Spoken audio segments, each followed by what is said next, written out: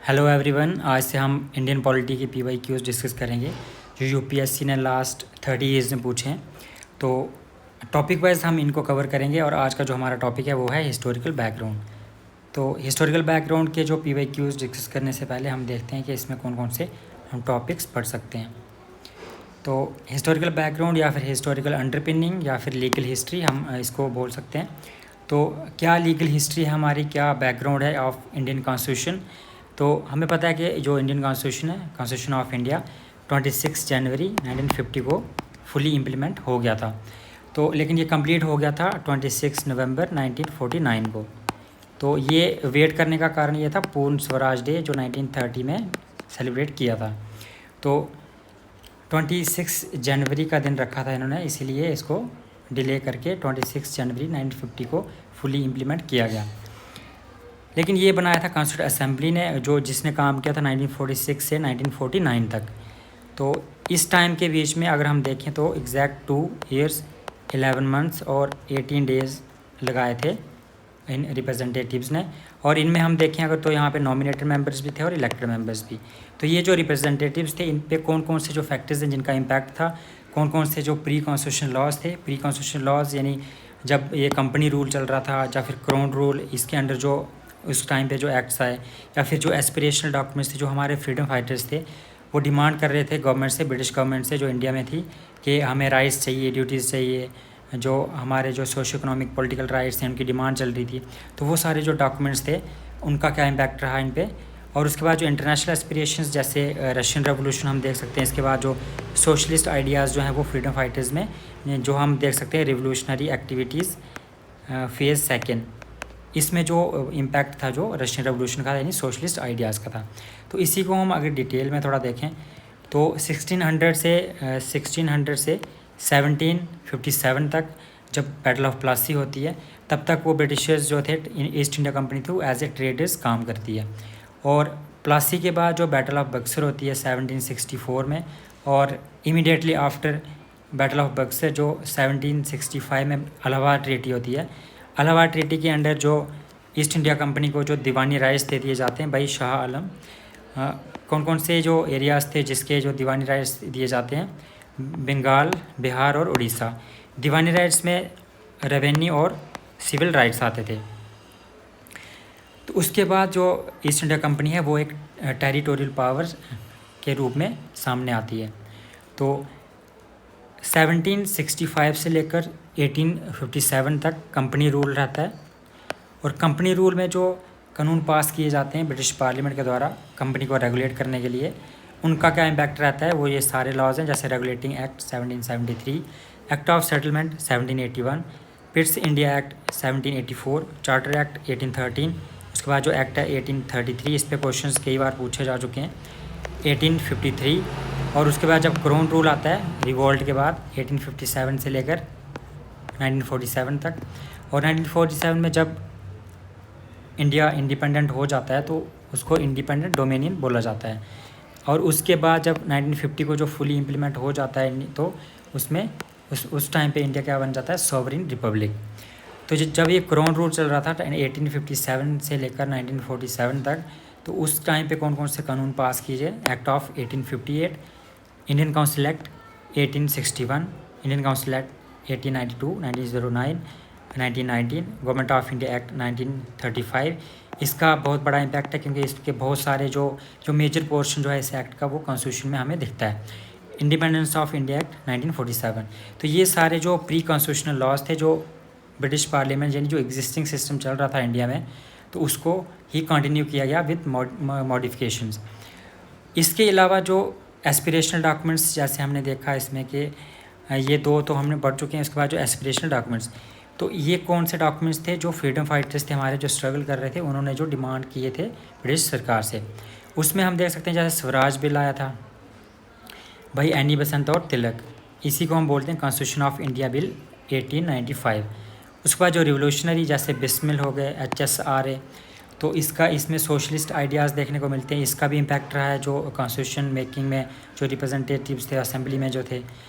Commonwealth of India bill 1925, जिसके जो chairman थे सप्रू, उसके बाद जो Nehru report 1928, Karachi resolution INC के द्वारा, जो कॉन्स्टिट्यूशन ऑफ फ्री इंडिया जो MN रॉय जो एक कम्युनिस्ट थे, women's charter of rights and duties जो ऑल इंडिया वुमेन कॉन्फ्रेंस थी 1946 में बनी थी, इसने जो वुमेन के राइट की बात की, तो इनका भी इम्पैक्ट देखा जाता है। Gandhian constitution of free India 1946, इसके जो लीडर थे जो नारायण अग्रवाल, ये गांधीयन आइडियाज़ पे उसकी बात करते हैं। तो ये हमको DPSPs में देखने को मिलता है, जैसे पंचायती राज वगैरह यहाँ पे। तो ये सारे जो एस्पिरेशनल डॉक्यूमेंट्स थे, इनका इम्पैक्ट रहा है किस पे, कॉन्स्टिट्यूशन मेकिंग में, इंडियन कॉन्स्टिट्यूशन में। और उसके बाद जो ये सारे कानून हैं, इनका इम्पैक्ट देखा जाता है। यही है हिस्टोरिकल बैकग्राउंड। अब देखते हैं कि इनमें से क्वेश्चन कौन कौन से पूछे जा चुके हैं। सबसे पहला क्वेश्चन जो है वो है, who was the provisional president of constituent assembly before Rajendra Prasad took over. 2024 में पूछा गया है कि जो प्रोविजनल प्रेसिडेंट था असेंबली का राजेंद्र प्रसाद के जो बनने से पहले, तो हमें पता है कि जो राजेंद्र प्रसाद है वो एक परमानेंट थे और वो इलेक्टेड प्रेसिडेंट थे। उनसे पहले कौन था, सच्चिदानंद सिन्हा, जिनको एक फ्रेंच प्रैक्टिस के अकॉर्डिंग उनको चुना गया था, क्योंकि फ्रांस में ये प्रैक्टिस किया जाता है कि जो भी एल्डर मेंबर होगा असेंबली का, उसको चेयरमैन या फिर उसको प्रेसिडेंट बना दिया जाता है। The constituent assembly convened it's inaugural meeting on December 9, 1946 in accordance with French tradition. Dr. Sachidanand, the eldest member, was chosen as the interim president of assembly. Subsequently, Rajendra Prasad was elected as assembly's president. तो राजेंद्र प्रसाद को उन्होंने elect किया होता है, लेकिन उसके जो provisional थे वो थे सच्चिदानंद सिन्हा। सेकंड क्वेश्चन है, by which of the one of the following acts was governor general of Bengal designated as governor general of India 2023 में। तो इसका आंसर है चार्टर्ड एक्ट ऑफ 1833। तो यहाँ पे डायरेक्ट जो ब्रिटिश पार्लियामेंट के द्वारा एक्ट पास किए गए हैं उनका क्वेश्चन है। इस एक्ट के अंडर जो गवर्नर जनरल ऑफ बंगाल है उनको governor general of India declare कर दिया जाता है। और जो सबसे पहले गवर्नर जनरल ऑफ इंडिया थे वो थे विलियम बेंटिक। थर्ड क्वेश्चन है, consider the following statements in respect of constitution day. Constitution day के रिस्पेक्ट में कुछ स्टेटमेंट्स हैं। Statement 1, constitution day is celebrated on 26 November every year to promote the constitutional values among citizens. तो ये correct है, क्योंकि 26 नवंबर को कॉन्स्टिट्यूशन कंप्लीट हो चुका था। प्रेम्बल में भी ऐसा लिखा हुआ है कि उसको अडॉप्ट कर दिया जाता है, इनैक्ट कर दिया जाता है। तो इसी को सेलिब्रेट किया जाता है कॉन्स्टिट्यूशन डे के रूप में हर साल, to promote the constitutional values among citizens. Second statement है, on 26 November 1949 the constituent assembly of India set up drafting committee under the chairmanship of doctor BR Ambedkar to prepare draft constitution.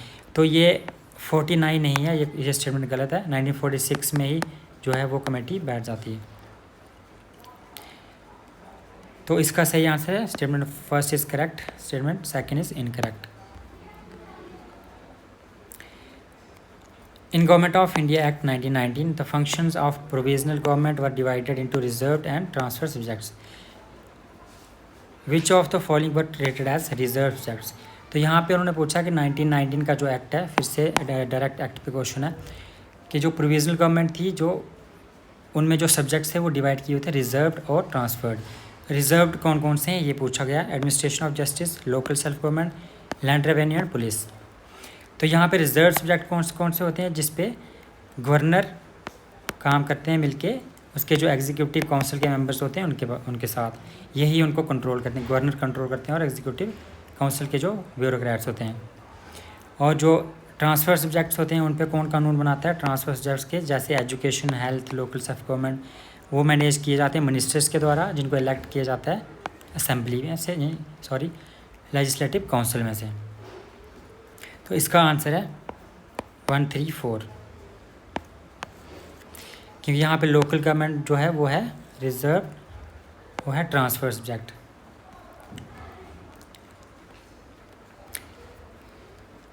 The distribution of powers between centre and states in the Indian constitution based on the scheme provided in the कौन से 1935 का जो act है उस पर जो distribution of powers है between centre and states.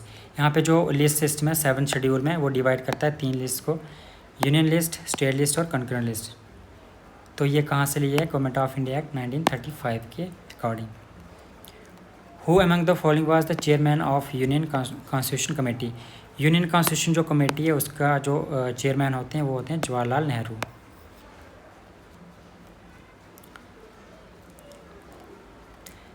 Next question है मैच द फॉलोइंग। ये एक सिंपल क्वेश्चन है। इस पे जैसे उन्होंने पूछा होता है कि directive principles of state policy कहाँ से उन्होंने बारो किए हैं? आयरलैंड।